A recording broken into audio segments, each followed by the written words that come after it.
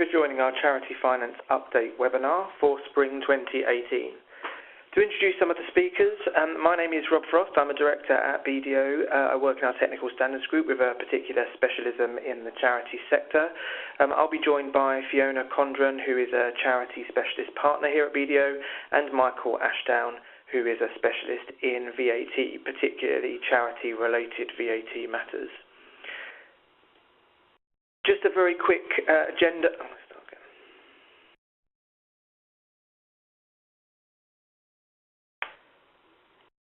Thank you for taking the time to watch our Charity Finance Update webinar for Spring 2018. Just to introduce some of your presenters, I am Rob Frost. I'm a director in the Technical Standards Group of BDO. I have particular specialism in charities and not-for-profit business. I'll be joined by Fiona Condren, who is a partner in our specialist charities team here at BDO, as well as Michael Ashdown, who is a director in our VAT team. Just a very quick run-through of our agenda for this session. So we'll cover some regulatory matters, in particular looking at recent safeguarding developments. We will talk about charities that are connected with non-charitable organisations and new guidance issued by the Charity Commission. We will very quickly give an overview of things that you might want to keep on your radar in the coming 6 months to 12 months. We'll talk about SORP Update Bulletin number 2, give you an update on the annual return, and move in to talk about some tax and VAT matters that are relevant to charities. We'll jump straight into the content and look at the safeguarding related matters. You will all be aware that this has been a really hot topic for the sector over the last 3-4 months, given some recent high-profile cases in which safeguarding of beneficiaries and putting beneficiaries at risk has made headline news in recent months. Focusing on the regulatory impact of that for charities and organisations and what as trustee bodies you might do in relation to the safeguarding issues, just worth highlighting that Charity Commission's inquiry into a couple of organisations which had recent safeguarding issues really focused on governance, leadership and culture within charitable organisations, really asking charities and trustees to think about governance, leadership and culture and make sure this sort of thing was high on the trustees' agendas. In particular, the inquiry asks trustees really to consider a few questions about how they run their charities that they represent. So a few questions on the screen there. How do staff, volunteers and trustees manage the organisation, including the financial aspects? And that's really getting to almost as well demonstrating how they manage the organisation, not just do they make the right decisions, but how do trustees get to that position in the first place, including the financial related matters. If charities or other individuals within a particular organisation have a very relaxed view about safeguarding specifically, does that therefore mean kind of wider issues in relation to governance, leadership and culture is really the question that they're looking at. They're asking the question as well, is there too much focus on finance? So in recent years, arguably given the financial crash back in 2007-08, so over 10 years ago now, a lot of focus on the financial management of organisations and not just in the charity sector. But does that or has that taken away from risks in other areas? And has it taken away on regulatory attention on those other matters as well? And even though not a specific question asked in the inquiry is a general theme running through some of the things that the inquiry will consider, it's just about whether those charged with governance are just going through the motions. In some of the recent high-profile cases, very much brought to the attention that technically those charged with governance might have made appropriate kind of decisions and taken appropriate action, such as reporting serious incidents to the Charity Commission. But it's just really whether that was just going through the motions, whether there was really any serious underpinning of that compliance, and whether things were really taken seriously enough to make effective change within an organisation as a consequence of what the trustees were finding.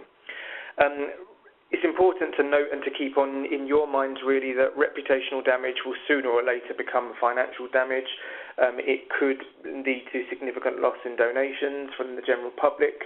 It could lead to a cut in grant funding. Loads of ways in which reputational issues will impact the finances in the long run. And I think it's one of the things that your professional advisors and auditors will be particularly interested in, where you have perhaps had some safeguarding issues that you might have reported, or where there is the possible risk that certain issues that you might have identified may make the press. Your professional advisors will be interested in the going concern impact of declining donations. What would happen if scenario generating type conversations with you. Importantly, reputational damage, or the risk of reputational damage, I should say, might lead to a need to hold more in reserve to cover that sort of issue, particularly if you think at some point down the line your organisation may ultimately be tainted by recent press.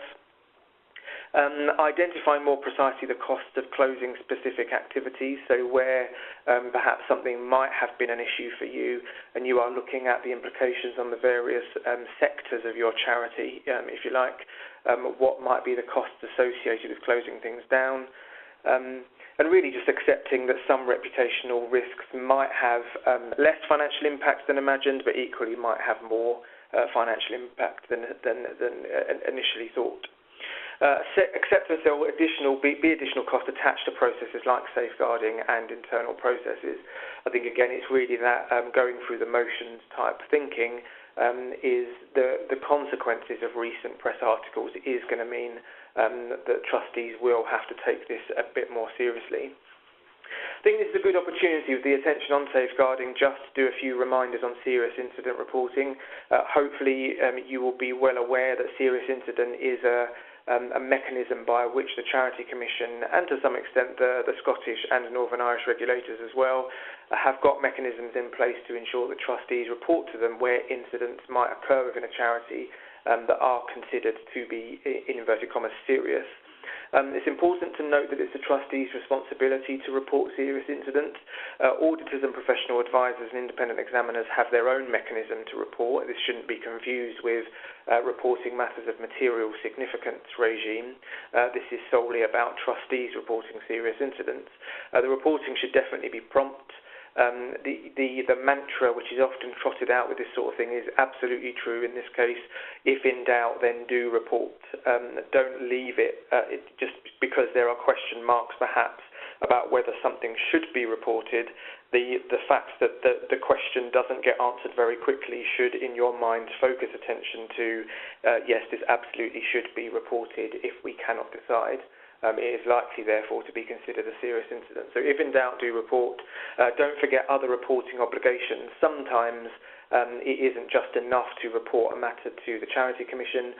If there is any evidence of criminal activity, you may have other authorities to inform, such as the police, for example. And indeed, if you are multi-regulated, you should consider whether you also need to talk to other regulators that your charity might be subject to oversight from.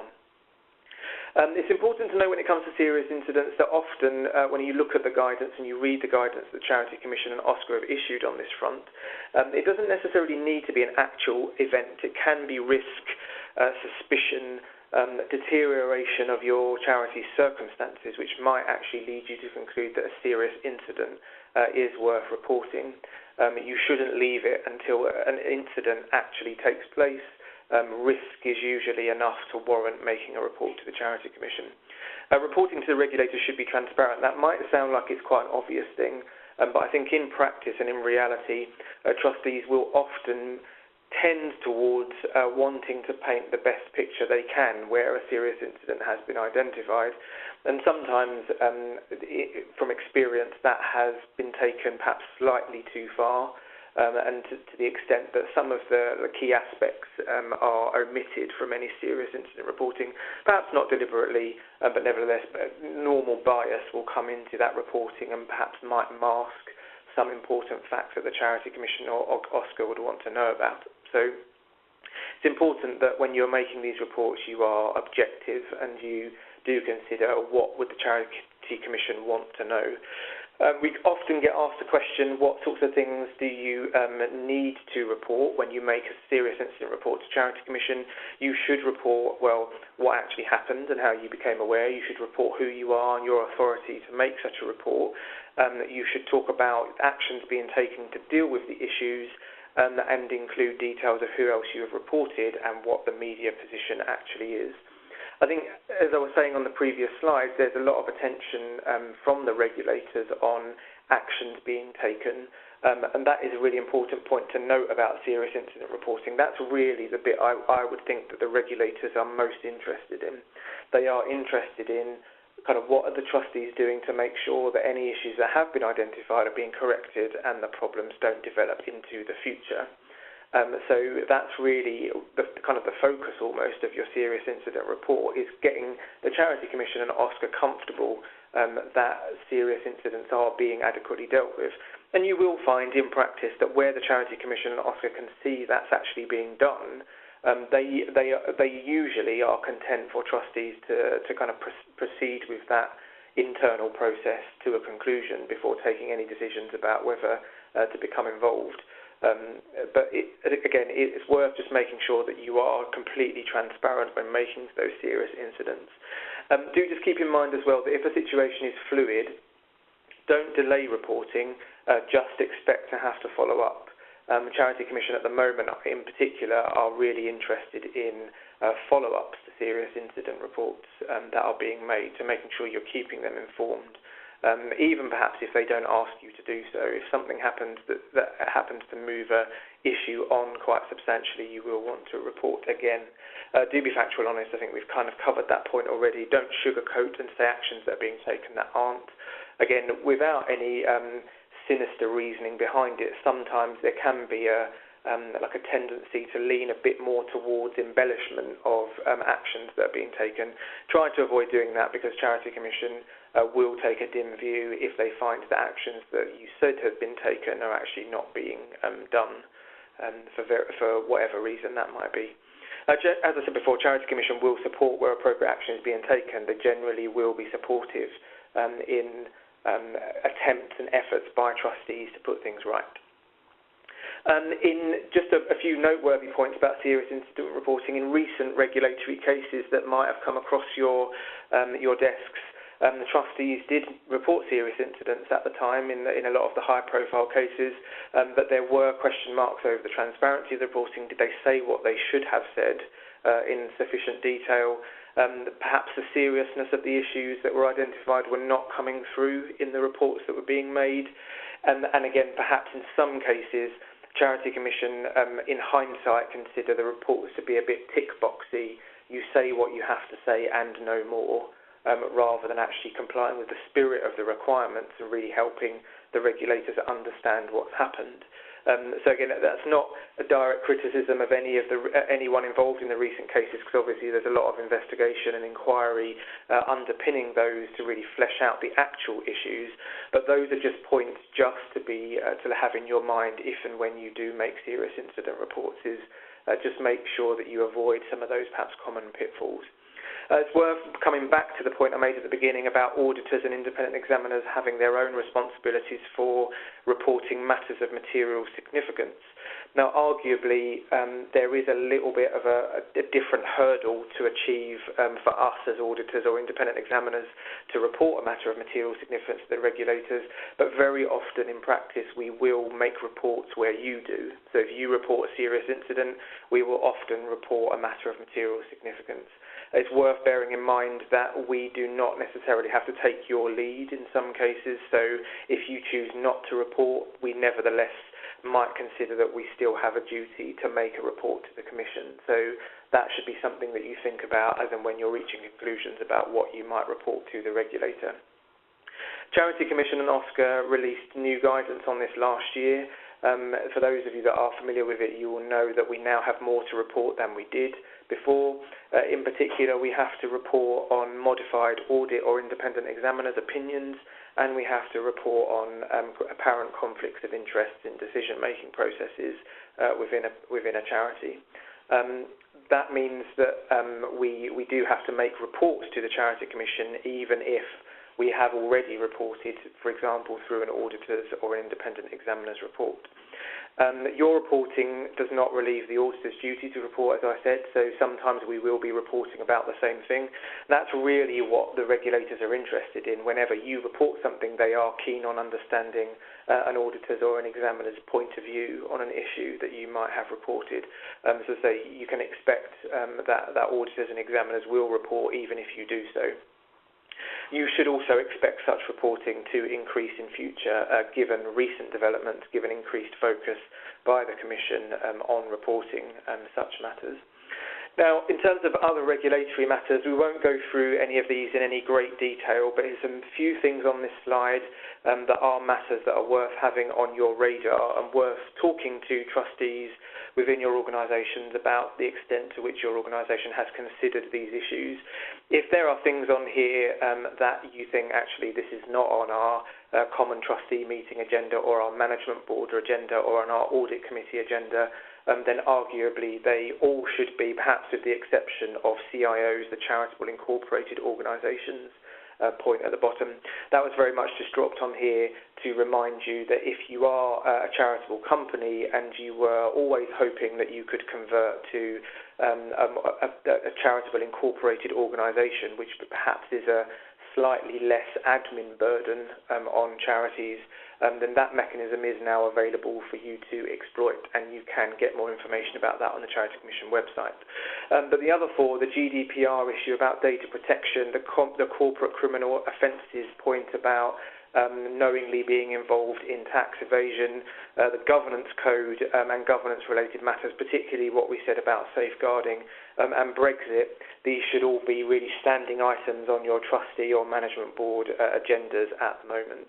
If you want more information about any of those matters, then do, of course, get in touch with us. I'm just going to talk through some new guidance that's come out from the Charity Commission related to charities and their relationship with non-charitable organisations. This guidance came out in February for consultation and is open until May. So there's about 3 weeks at the moment for you to consider whether you want to respond to that consultation. Now, the guidance is very much about bringing together existing guidance and cross-referring to other areas of the Charity Commission guidance rather than there being anything fundamentally new within it. But I do think it's a really helpful aid memoir, and the Charity Commission has said up front that the reason for issuing this guidance at this stage is that, driven by their casework, this is where they are seeing an increasing number of issues and errors arising, or problem areas arising, where they're having to get involved. So the key messages in the draft guidance is all about helping to guide trustees to ensure that where they are involved with other types of organisations, other non-charity organisations, that they are always complying with their legal duties to keep charity property and other assets safe. The guidance will help charities to preserve their unique status and their tax benefits. So, for example, not falling foul of non-charitable expenditure being caught for trading and therefore taxable because it doesn't meet the public benefit requirement, preventing charitable status benefits from being hijacked, and also about protecting the charity's reputation because that's a contributory factor to public trust, so making sure that there's no risk that the activities of a non-charitable organisation impair that in any way. And importantly, allow the trustees to think about how they can take corrective action, perhaps where you've got pre-existing arrangements. So this guidance is not just about something that you should consider when you are thinking about setting up a non-charitable organisation to work alongside you, or you beginning to think about how that arrangement might work. This is also for those situations where there are pre-existing arrangements and agreements in place between charities and non-charitable organisations, because there may well be areas that you need to go back and reflect on. So just as a reminder, the key features of a charity being separate is that it's actively in charge of its own funds, its own image and its own reputation. In terms of image, you need to think about things like logos and branding and websites and things that can often sort of blur the lines between charities and other organisations. Charities themselves are always working on their own achieving their own charitable purpose and not supplementing or supporting the non-charitable activities of another organisation. The key feature of a charity is clearly that it doesn't support non-charitable purposes, so for example, political activity, trading activities. And the relationships that are existing between charities and non-charitable charities, those relationships always have to be in the best interest of the charity, not in the interest of trustees, other related parties, senior management team, or perhaps a corporate funder. So the indicators of a connection that might already exist between a charity and a non-charity organisation, these are sort of deliberate things that you would that have in place that act as an indicator of that connection. So clearly you've got ownership of shares of the charity owning the non-charitable organisation. A connection might exist where the non-charitable organisation is the sole or a significant member of the charity, or the charity is the sole or significant member of the non-charitable organisation. A connection can exist where one organisation is responsible for appointing and removing directors and trustees of the other. Clearly, the connection exists where there's common personnel, so senior management team, employees and trustees, where the identity is the same, name, branding, premises even. So you need to think about whether there's a real or a virtual connection here in terms of how those two organisations interact. Funding is clearly an obvious indicator of a connection, so regular funding from the non-charitable organisation to the charity, or conversely the charity giving grants or investment to the non-charitable organisation. Where you have shared projects or initiatives, so what we're really looking for here is where things are happening on a routine basis, not just a one-off event, and where both organisations have a shared mission or common goals. Oops.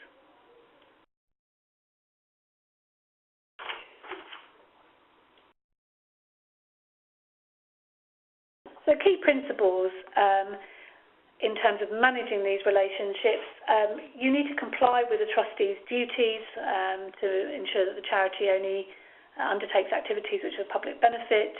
The trustees comply with their own governing document and charity law. Trustees must only act in the best interest of the charity, manage resources responsibly, act with reasonable skill and care, and make sure the charity is accountable. So in that regard, there's lots of references back to existing guidance.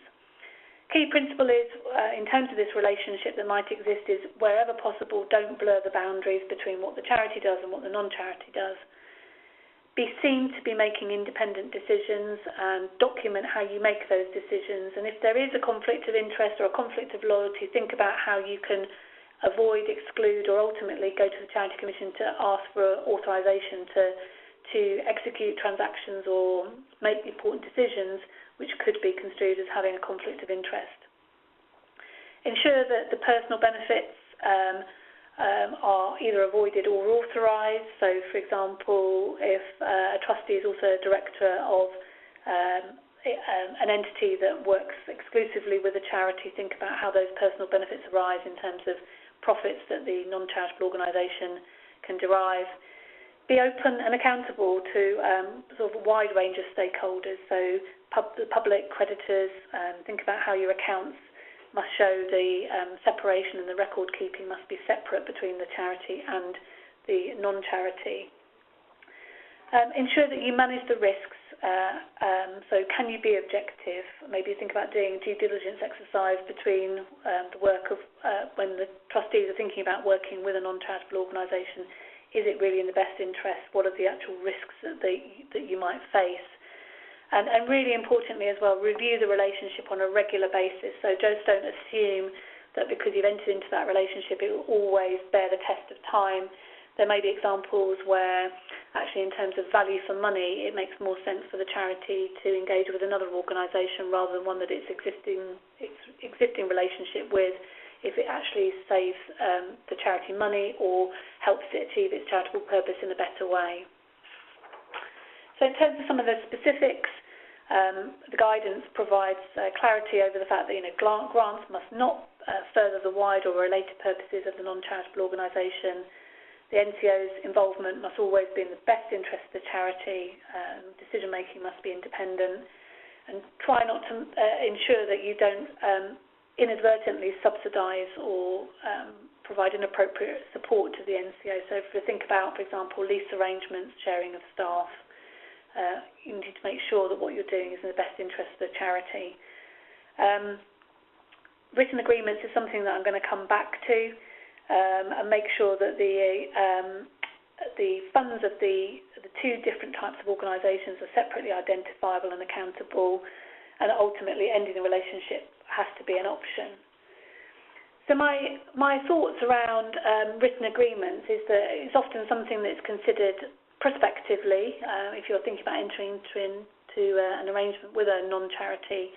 However, there are probably some gaps already in existence between the way some charities and their trading companies and other non-charitable organisations that they work with exist. And it's never too late to go back and think about putting those things in writing now to ensure that it is clear and clean as to which organisation is responsible for what. In light of GDPR, data sharing has got to be a big factor in that, in terms of making sure it's clear who owns the data, who looks after the data, who's responsible for the data. If you have a written agreement, it would be sensible to be clear about who uses the charity's name and logo and other branding, to make sure that it's clear to whose benefit that is, and again from a public perception that there isn't a misconception around which entity is doing fundraising, for example. Editorial control of shared websites needs to be considered to make sure that the charity's reputation isn't put at risk if somebody from the non-charity decides to put something on there which doesn't meet the higher standards or higher standards of ethics or privacy that you want to maintain. We've talked about sharing staff or premises, and making sure that when you have these communications, it's very clear whether it's the charity or the non-charitable organisation that is leading on those communications. So there's a lot in this guidance. It's 29 pages long, but there is a lot of good examples in there as well that I think are worth reflecting on in terms of thinking about the existing arrangements that you've got in place. And there's also a useful checklist that goes with this as well for consideration. But I think one of the most helpful things that the Charity Commission have put into the guidance for consultation is this sort of one-pager, which is bringing together much of what I've just talked about here in terms of the duties and principles at a glance. So as a first step, it's worth raising this with trustees, asking them to consider whether the existing or new arrangements that you've got in place are appropriate. I'm going to hand back to Rob now. Thank you. We're going to move on to SORP Update Bulletin 2. This is, again, a very quick canter through of the recent developments in this regard, but this is about the SORP Working Party and the SORP Making Body issuing almost what I would describe as an addendum to the SORP, which is intended to amend the SORP, but it is not directly updating the SORP, if that makes sense. So essentially you read the SORP in conjunction with these update bulletins. It is the second one, hence the update bulletin 2 in the title. If you are wondering what happened to 1, number 1 is available on the SORP microsite.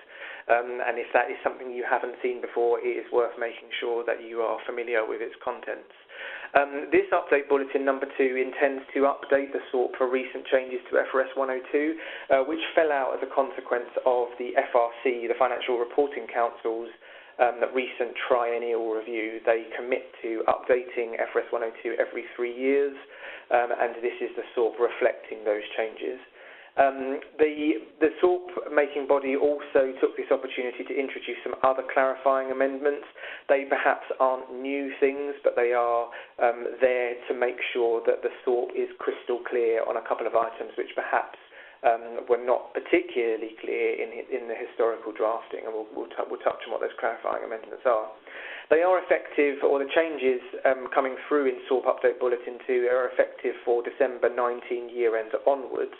The exceptions to that really are the clarifying amendments that I just mentioned, which in most cases are arguably effective immediately, principally because they are merely clarifications of the existing requirements. So that's just one worth having in mind as you look at the changes.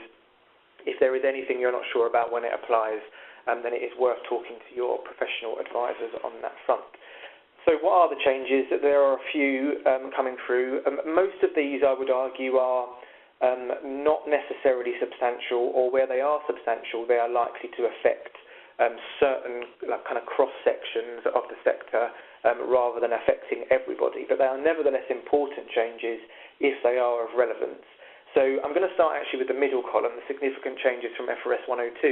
It's worth noting that FRS 102 was recently changed to introduce a policy choice for intragroup investment property and the historical requirement that you needed to fair value such investment property. So even where a parent was letting out a property to its subsidiary, within the parent's own books, you were supposed to fair value under FRS 102. In practice, that proved problematic for charities because the cost-benefit exemption that FRS 102 gave to most organisations was not available through the charity SORP.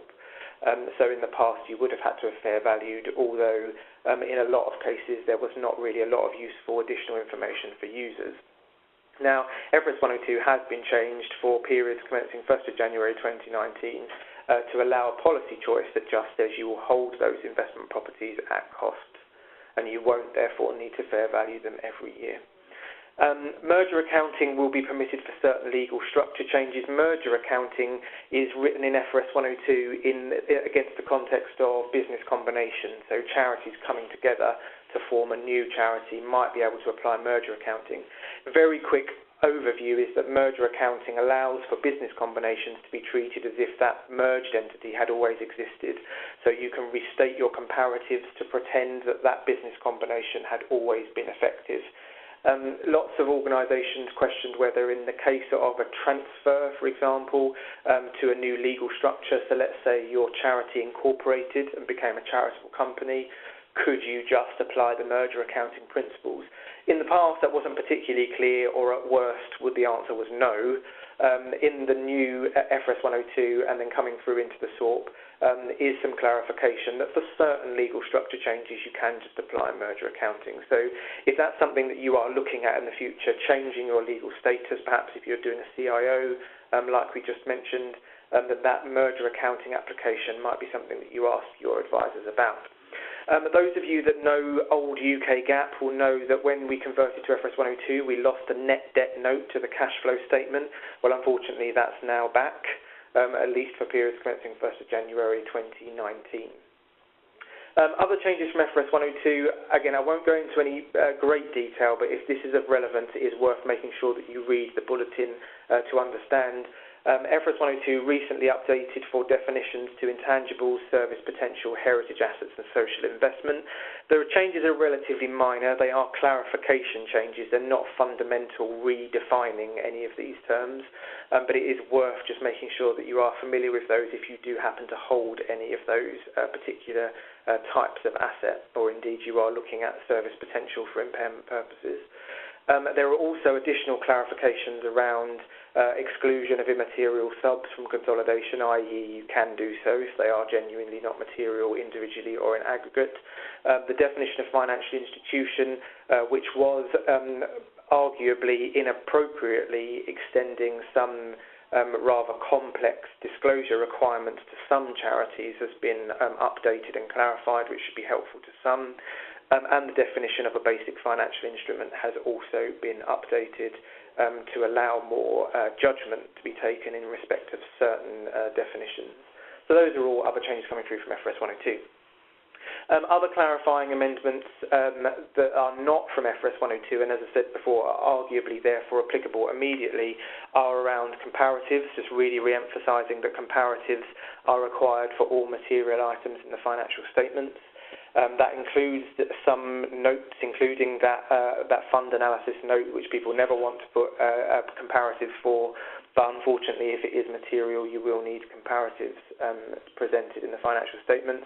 And some clarification that you must component account. And by that we mean where you have material components of a particular asset that you may not in the past have split out and appreciated over their own useful economic lives, then you really ought to do so. Some organisations see that as a big change. Many will question whether whether organisations should really have always been applying that sort of requirement. The gift aid point I'm going to come on to now, just to give a bit more of an update on the gift aid point. This is the situation in which subsidiaries regularly give or gift aid its distributable profits to its parent charity. In the past, it had been established practice really that you would accrue for such payments at the balance sheet date where you expected to make them within 9 months. The FRC, through their FRS 102 triennial changes, have clarified their position and their thoughts that you should recognise gift aid payment as an accrual amount only where there is a legal obligation, not just where there is a constructive obligation to do so. So that does mean unless you have a deed of covenant in place, is the view from the FRC, you should not be accruing for that gift aid payment from the subsidiary to the parent because you don't have a legal obligation at the balance sheet date. It is an obligation that could be reversed, even if you believe that it is constructive. You should also not be treating it as an expense. It should be treated as a distribution because gift aid payments are in effect transactions between subsidiaries and parents, and therefore they are similar to dividends. They are therefore reserved movements. Now, the reason why this comes up in the FRS 102 triennial is because it says that you can, from December 19 year-end onwards, even if you don't have a legal obligation, meaning you cannot recognise the accrual or the gift aid payment in that particular set of accounts, you can, however, ignore the tax effects. So what that will mean is, for the purposes of your accounts, is you can't accrue if you don't have a legal obligation, so you will show a taxable profit. In theory, you would normally calculate the tax, you would show that as a tax liability, and that tax liability would reverse when you ultimately make the gift aid payment. What FRS 102 changes is that you won't have to worry about recognising that tax liability in future. Now, do just keep in mind when it comes to SORP Update Bulletin number 2 that considers it from the perspective of the parent charity's individual accounts. So in theory, this is just looking at the other side of the transaction. It does give some background information about the implications for the subsidiaries' accounts, but just keep in mind that subsidiaries are not required to follow the SORP and nor SORP Update Bulletin 2. So this is really just giving some additional narrative around the accounting requirements that are coming through. As I said before, the main change, as it were, in terms of what the SORP is doing is amending the SORP for examples of events after the balance sheet date and their impact on the parent-only accounts. Under the old SORP, there was an example given that a legal or constructive obligation from the subsidiary to the parent charity would give rise to income in the parent's accounts and a liability in the subsidiaries. The Bulletin has changed that to remove that idea of a constructive obligation giving rise to such a transaction. As I said before as well, this also argues for an immediate effective date in terms of the legal or constructive obligation point, simply because from the SORP working party's point of view, it is merely clarifying existing requirements.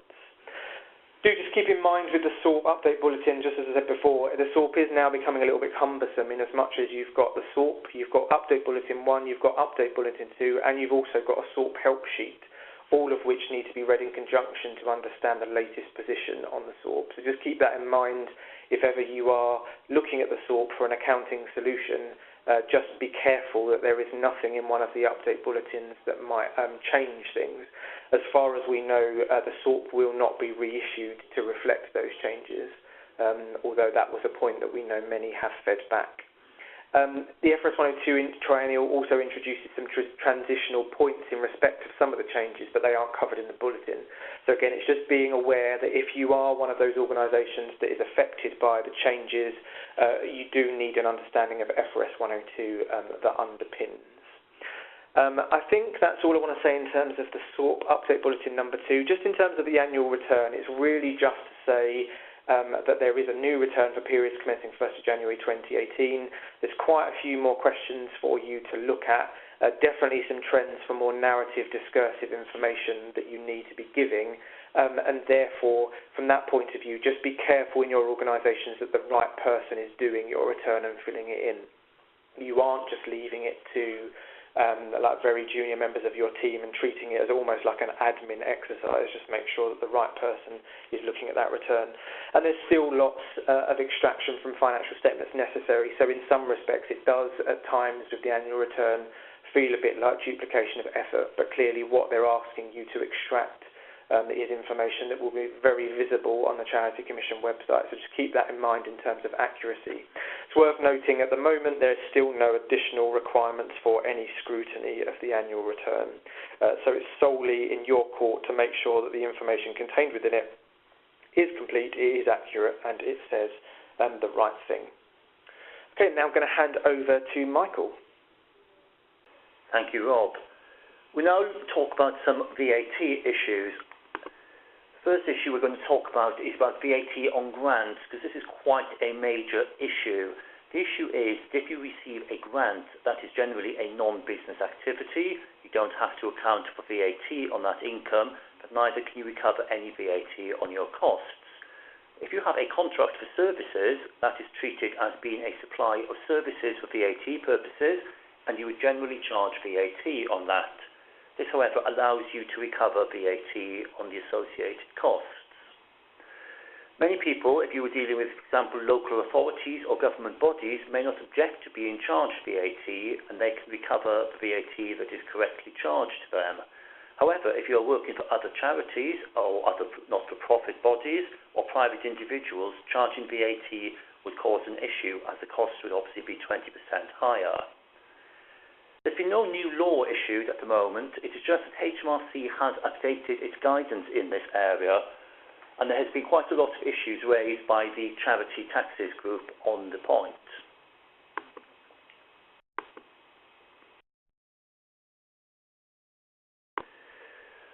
What the document actually calls the payment obviously does not determine its liability, and it's only if a payment is for a supply of services to the funder that it would be liable to VAT. If it is for the general benefit of the wider public, it's generally seen as being a grant and not payment for a supply. There needs to be this direct link between the consideration and the supply of services made to the funder. Obviously, if you have a public body making a payment from a fund which is not able to be designated as one from which a grant can be paid, the payment can obviously not be seen as being a grant and therefore will be consideration for a supply of services and liable to VAT. Similarly, if the payment results from a form of a procurement exercise, a request for tender has been put out and someone's responded to it and you win that contract, any sort of payment that you receive is likely then to be as a supply of services to the funder in that case. As I mentioned, HMRC has issued their views about what is the position with grants and contracts for services. I think the main point is in the last part of the first paragraph. HMRC says you must consider the economic reality and not just the contractual terms. HMRC has issued a list of factors which it considers relevant for whether things are grants or supplies of services. There are 9 factors which HMRC consider, and they are listed on the slide. Probably won't go through them all in detail. 1 or 2 that are worth picking out are things like if the funding is withdrawn and you have no legal redress against the supplier to have that payment back, that is likely to point to it being a grant. And also the way that it is treated by the body in its account, if it's shown as trading income or expenditure in the account of either party, will be one of the factors to consider. Next thing I wish to talk about is making tax digital.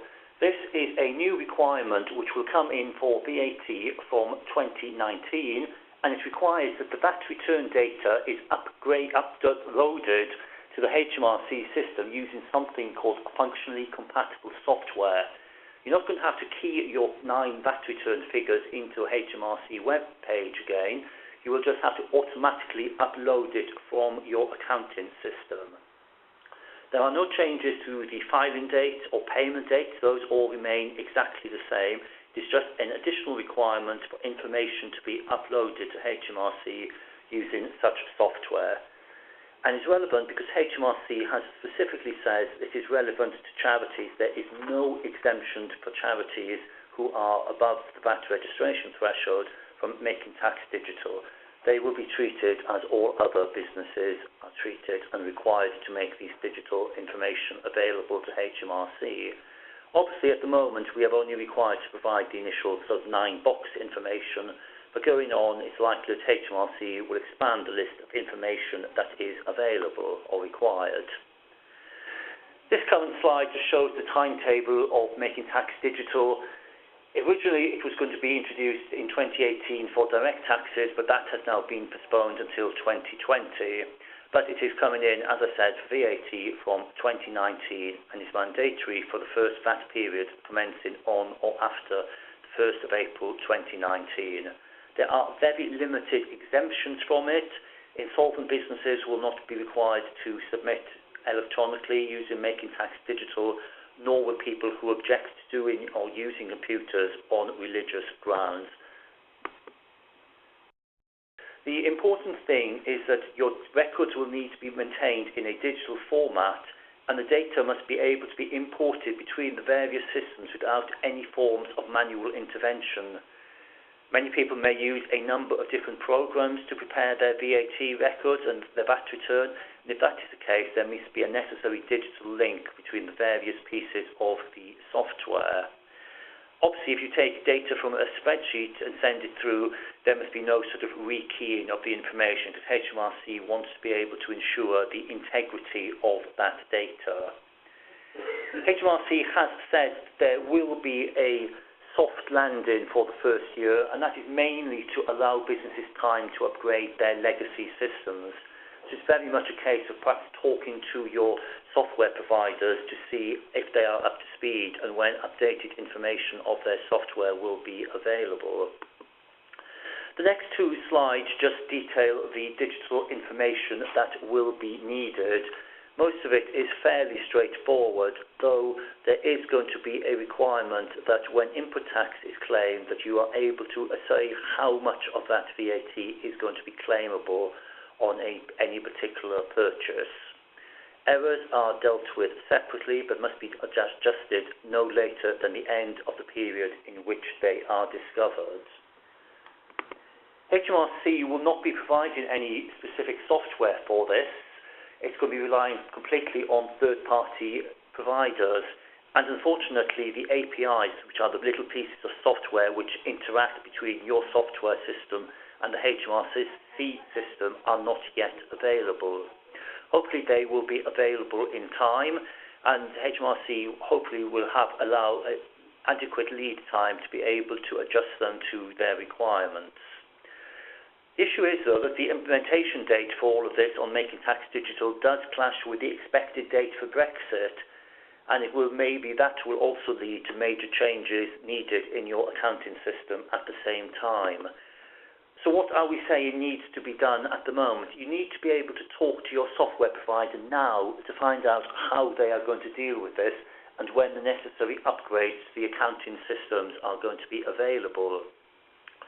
It's worth now reviewing your VAT return processes to determine if the record-keeping requirements can be met or if you need to make any improvements. And it does mean that HMRC going forward will have greater access to audit and look at your VAT return information.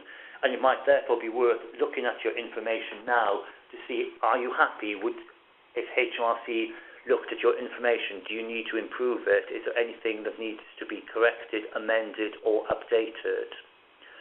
There is a trial of Making Tax Digital, and that has already started for smaller businesses. they were able to join the trial from the 1st of April. Larger businesses are able to join the trial later on in the year, and BDO has applied to join the trial, and we will be updating clients as to how that is going and what information we discover. If you wish to take part in the trial, the email address to register is on this slide. The final topic I want to just pick up on is around charity advertising, as there is a rather major issue at the moment. Although a charity is able to have advertising provided to it at the zero rate, and that also applies to the cost of producing the advert, HMRC is attacking targeted advertising online. This is when you are online and you are looking for something, later on you will suddenly find adverts relevant to that appearing in your browser. HMRC is saying that this does not meet the definition of being advertising, the rationale being that because it is targeted to one person, it is not advertising, which in HMRC's eyes has to be aimed at the general public. HMRC is therefore saying that all charities will be incurring VAT on these costs.